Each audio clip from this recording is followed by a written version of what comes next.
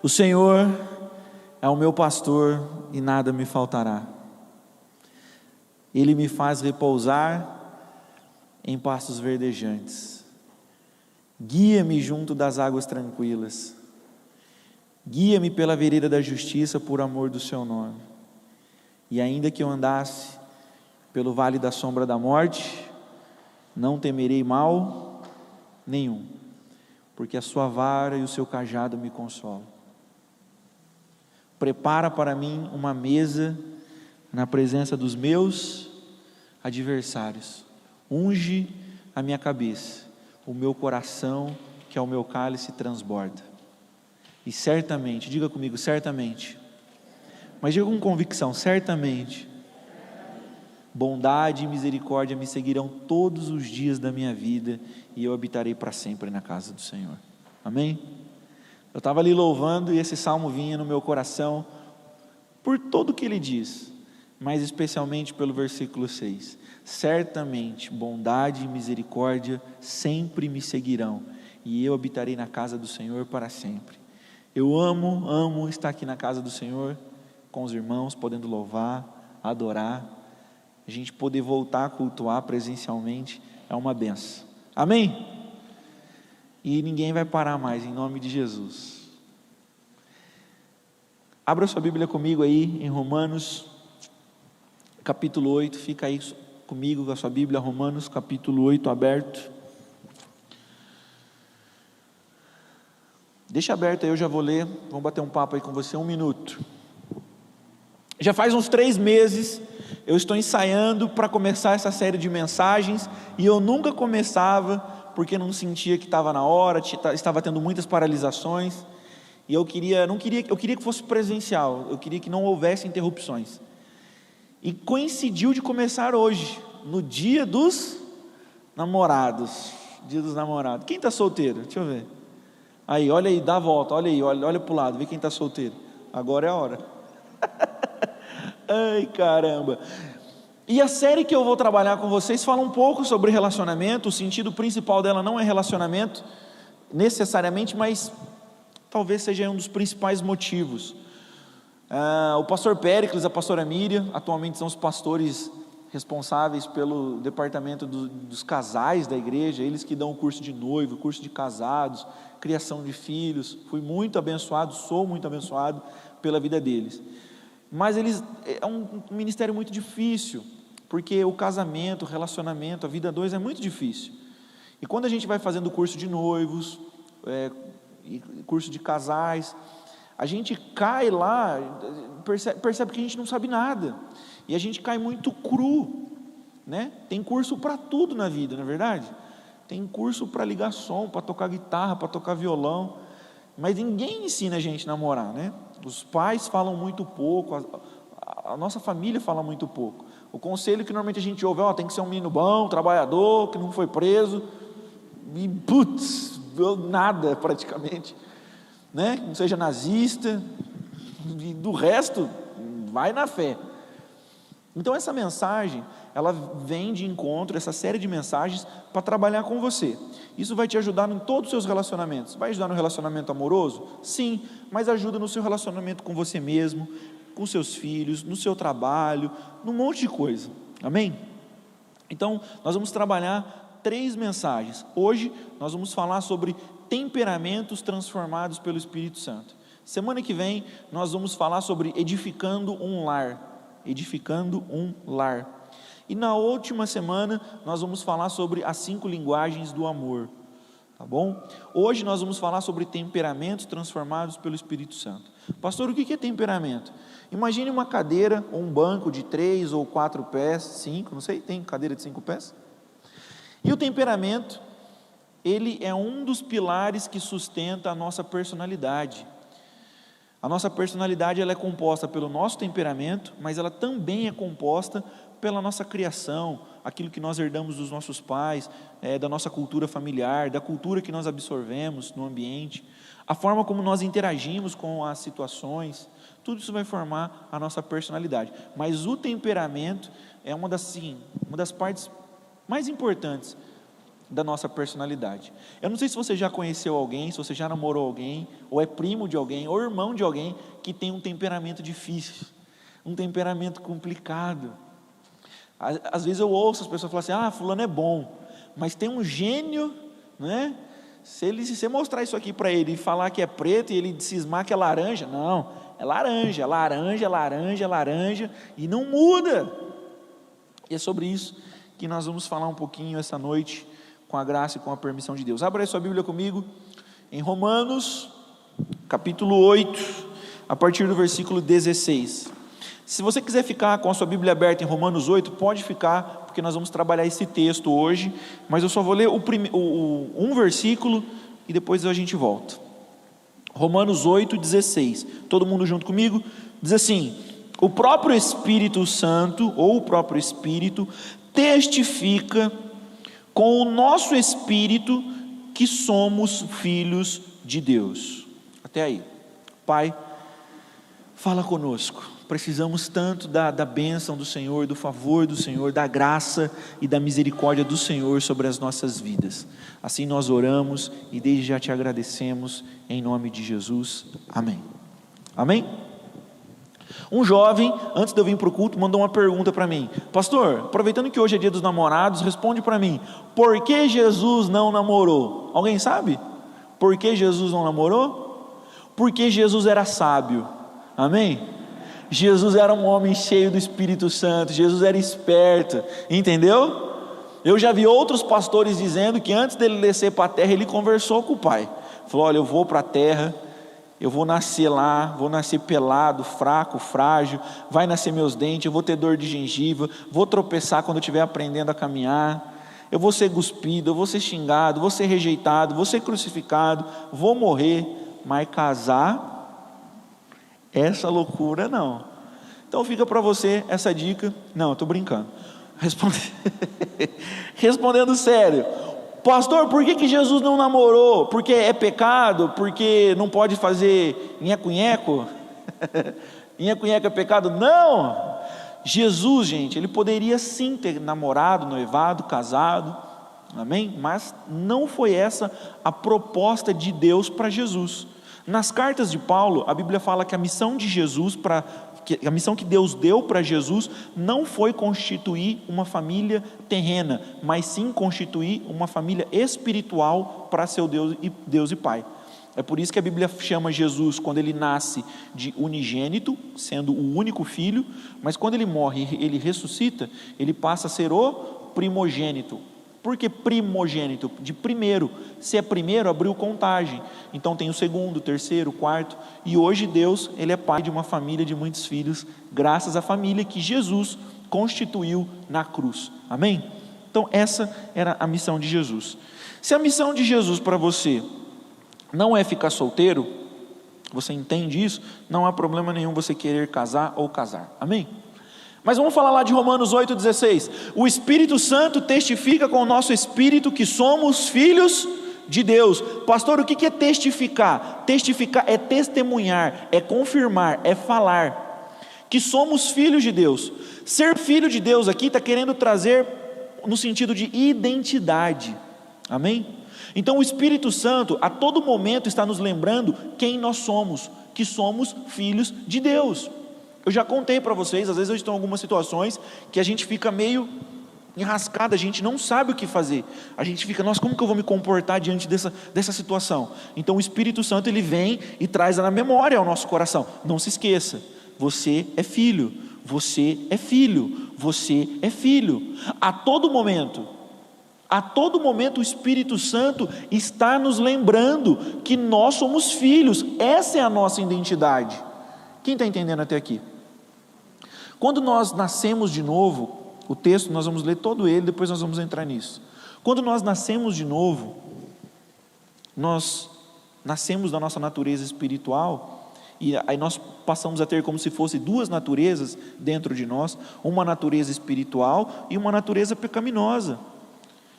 A Bíblia diz que a tendência da nossa carne é pender para as coisas da carne, e as coisas do espírito é para as espirituais. Então fica essa luta dentro de nós, essa guerra dentro de nós. Graças a Deus, tem bastante jovens aqui essa noite, pelo primeiro culto que nós estamos realizando. Mas eu achei muito bacana, porque eu atendi muitos jovens na minha casa, muitos jovens pelo WhatsApp, jovens na igreja. E eu consegui perceber, mesmo que com todas essas paralisações, a gente conseguiu se organizar e fazer célula online, grupo de estudo online, fazer chamada de vídeo para bater papo, conversar, enfim. E eu vi que as pessoas, elas estão se lembrando: pastor, eu estou fazendo tal coisa, aconteceu tal coisa comigo, eu não me comportei como filho, eu senti, eu fiquei incomodado, eu quero ajuda, como que eu faço? Isso é muito bacana, isso é o mais top, amém? Às vezes você vai tropeçar mesmo. Tem jovem que fala: pastor, eu queria parar hoje com esse hábito. Nossa, o bom é que se você parasse isso mesmo, mas eu sinto te dizer que isso vai ser muito difícil. Por que você não começa tentando diminuir a incidência? Uma vez de ser todo dia, uma vez por semana, e depois uma vez por mês, até que aquilo não se repita mais. Não estou passando a mão ou concordando, mas tem coisa que a gente tem que ser realista. E é legal, porque aí eu mando um WhatsApp: e aí? Pastor, essa semana eu quis dar 2 pauladas na pessoa, não dei uma pedrada de leve, progresso, está evoluindo. Quem está entendendo? Amém? Então eu quero falar um pouquinho dos temperamentos agora. Eu quero entrar nos temperamentos, porque são coisas que estão dentro de nós. O temperamento é algo de Deus, Deus criou os temperamentos, amém? Só que com a entrada do pecado, com todos os problemas que vocês já sabem, que eu já citei, os nossos temperamentos, eles começaram a apresentar defeitos. Então todo temperamento tem qualidades e tem defeitos, e não existe um temperamento melhor do que outro, amém? Todos os temperamentos são uma benção. Eu vou começar pelo sanguíneo. O sanguíneo é o meu. Quando eu fiz teste para saber qual era o meu temperamento, tem teste na internet, não é tão bom, mas dá para chegar bem perto.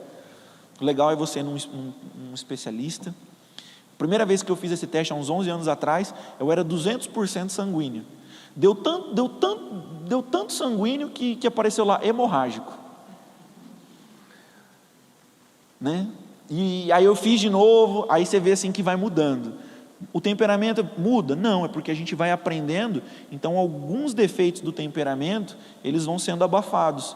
Então quando você faz o teste, isso também altera o resultado.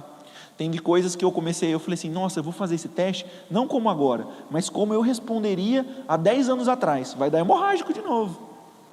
O sanguíneo full. Porque teve muitas coisas ali que eu falei: nossa, isso aqui com certeza eu faria, hoje eu não faço mais. É bem interessante. Então vamos lá, qualidades do sanguíneo. Comunicativo. Vocês acham que eu falo pouco? Comunicativo. Destacado, se sobressai. É aquela pessoa assim que, por exemplo, na sala de aula, todo mundo sabe quem é aquela pessoa, está ali, todo mundo percebe. Outros temperamentos, quando falta, ninguém percebe. Está na quintal, fulano faltou. O sanguíneo, quando falta, o pessoal nós fala: graças a Deus, o professor vai dar aula hoje. Entusiasta, alegre, afável, simpático, bom companheiro, compreensivo, crédulo. Essas são qualidades do sanguíneo. Se você não fez o teste, faça depois. Pastor, a gente é 100% um temperamento? Não, normalmente é 2, tem um predominante e um secundário. Alguns estudos dizem que tem até um terciário, não sei como que fala. Mas vamos lá, defeitos. Timidez. As pessoas falam assim: nossa, mas uma pessoa que fala pode ser tímida? Sim, em algumas situações muito tímida. Eu, por exemplo, pode não parecer, mas eu sou muito tímido. E boa parte do ministério eu sofri muito com isso, porque eu venho aqui, eu pego o microfone, eu consigo falar, mas eu tenho dificuldade às vezes em abordar as pessoas, dar mão, interagir. E alguns irmãos da igreja, uns 8, 10 anos atrás, falavam que eu era arrogante, metido, porque eu passava e não cumprimentava, mas na verdade eu queria passar desapercebido. Só que não tinha como eu passar desapercebido. Depois que eu fui entender isso, qualquer lugar que eu estou no templo, a pessoa sabe que eu sou o pastor. Mas na minha cabeça não, porque eu transicionei de membro para pastor muito rápido. Então na minha cabeça eu entrava desapercebido e sentava. E eu quis continuar fazendo isso depois que eu era pastor, e não dá certo. Então hoje às vezes eu me cobro de ir onde as pessoas estão, cumprimentar, enfim.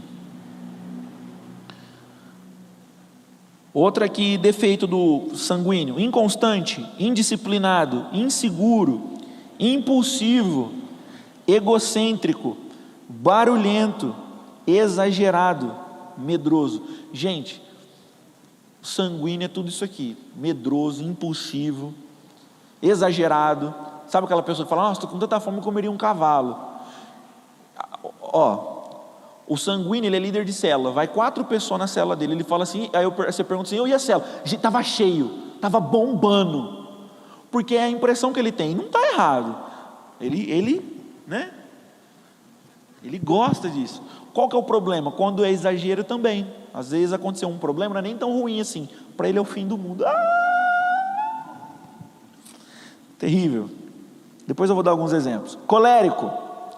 Colérico, qualidades: é enérgico. Enérgico aqui é tipo dinâmico, alguém que coloca energia quando está fazendo as coisas e é rápido. Decidido, resoluto, independente, otimista, prático, eficiente, líder, audacioso, dinâmico. Essas são qualidades do colérico. Defeitos: bravo. Eu tinha antigamente, hoje eu quase não tenho traços de colérico, mas eu tinha muitos traços sanguíneo e colérico. E eu já ouvi muita gente vir e perguntava para mim assim: Éden, você é bravo? Você é bravo? A minha esposa, muitos anos: Éden, você é bravo? Você está bravo? Né? Interessante.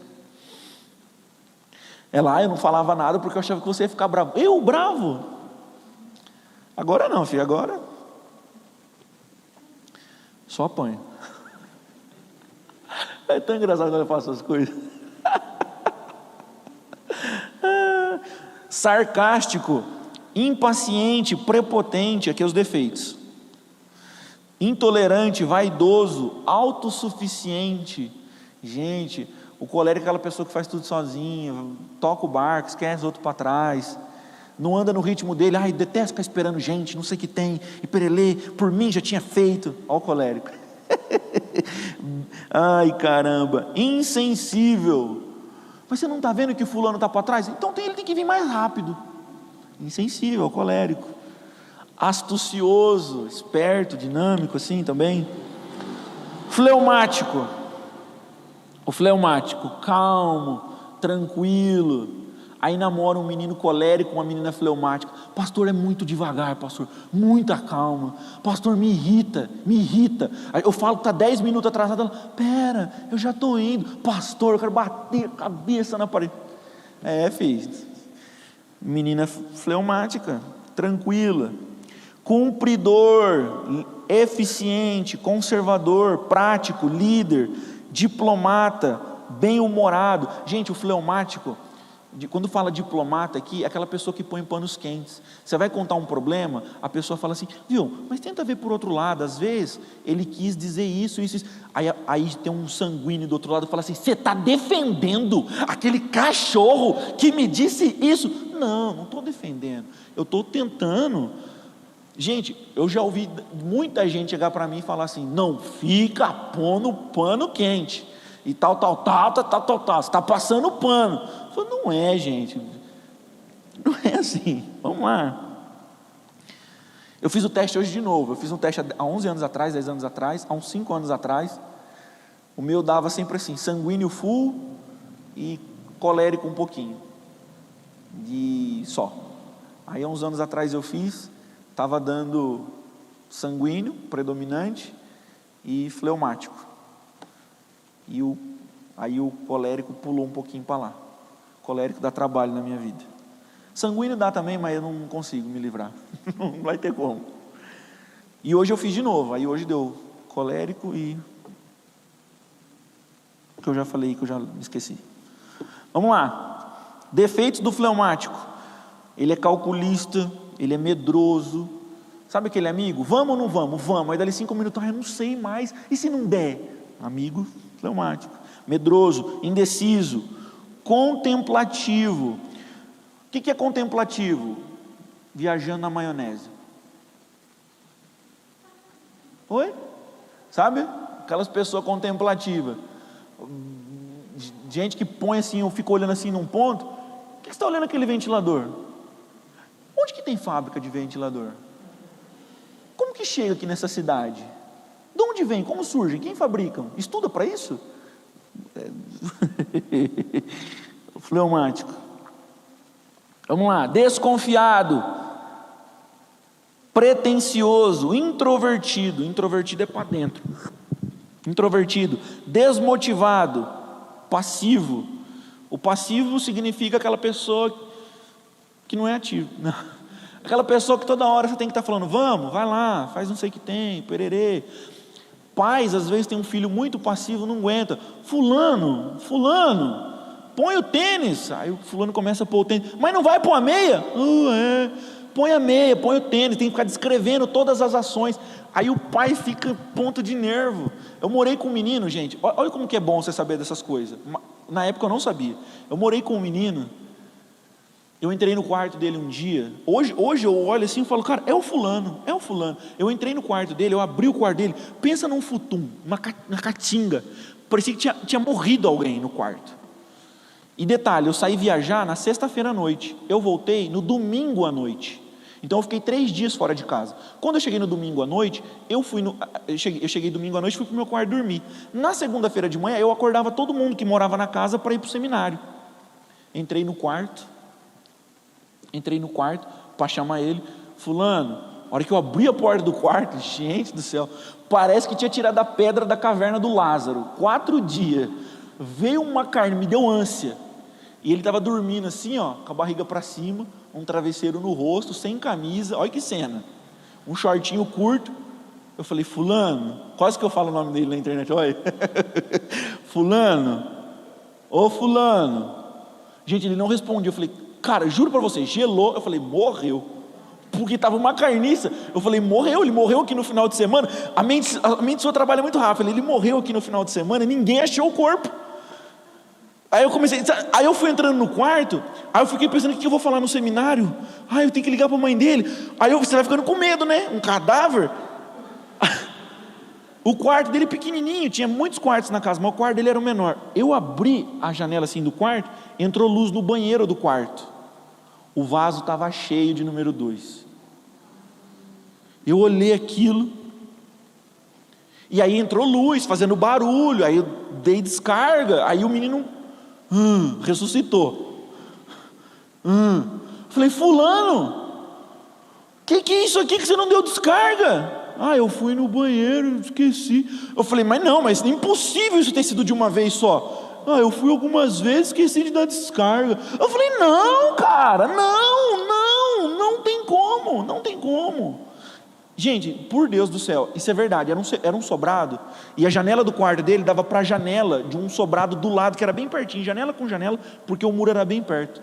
Eu levantei de manhã, fui para o seminário, o vizinho passou por mim e falou assim, Éden, lá na janela lá do quarto que faz fundo com o meu escritório, deve ter morrido pomba, porque está um cheiro muito ruim. Eu falei, e tinha umas pombas lá mesmo, eu falei assim, eu vou tirar. Aí eu fui andando, e eu lembrei, eu falei, não é pomba, é o quarto do menino. Vocês têm ideia? É uns amigos passivos, tranquilo, porco. Gente, isso aqui já é full, amém? Isso aqui já é full, não é nem mais temperamento, isso aqui é o defeito ao quadrado. Melancólico, o último aqui. Qualidades do melancólico. O melancólico, ele é habilidoso, minucioso, sensível, perfeccionista, idealista, leal, dedicado. Melancólico é bom, gente que vai trabalhar às vezes com estética, músico, artista, gente que é perfeccionista, gosta de fazer tudo certinho. Defeitos do melancólico: ele é egoísta, pessimista, muito teórico, confuso, não tem muitas vezes clareza, antissocial, crítico, vingativo e inflexível. Amém? Então, gente, isso aqui é um rabisco para você procurar, você talvez se entender, tá bom? Às vezes você começa uma coisa e não termina, é um defeito do sanguíneo, do meu temperamento. Então você poder se entender. Por quê, pastor, isso é importante? Quando você começa a se entender, você vai começar a orar ao Espírito Santo para ele trabalhar, para potencializar suas qualidades e para que os seus defeitos sejam minimizados, você trabalhar naquilo que te atrapalha. E olha que interessante, lembra que eu falei que o meu teste foi mudando? Não é que o meu temperamento mudou, mas quando você melhora um defeito do seu temperamento, você às vezes acaba ganhando qualidade de outro temperamento, isso que é interessante. Por exemplo, fleumático não aparecia, hoje aparece quando eu faço o teste, mas porque na verdade quando some um defeito do sanguíneo, acaba aparecendo como efeito colateral uma qualidade do fleumático. Entende? Então você precisa trabalhar isso, você procurar aprender como você é, como você funciona, como você responde, como você vai interagir com as pessoas. Eu poderia dar muitos exemplos aqui, infinitos, e a gente fica, eu não, porque eu sou muito limitado, mas tem muitos livros que poderiam dar exemplos infinitos, e a gente vai ficar aqui a noite inteira. Eu recomendo o livro para vocês, que está baseado nessa mensagem, chamado Temperamentos Transformados, do pastor Tim. Se você é do livraria Mundo Cristão, você pode procurar na internet, é baratinho, é um livro fininho, dá para ler sim. 5, 6 horas de leitura você mata ele, e eu recomendo, super recomendo, mas tem muitos livros sobre temperamentos transformados. Então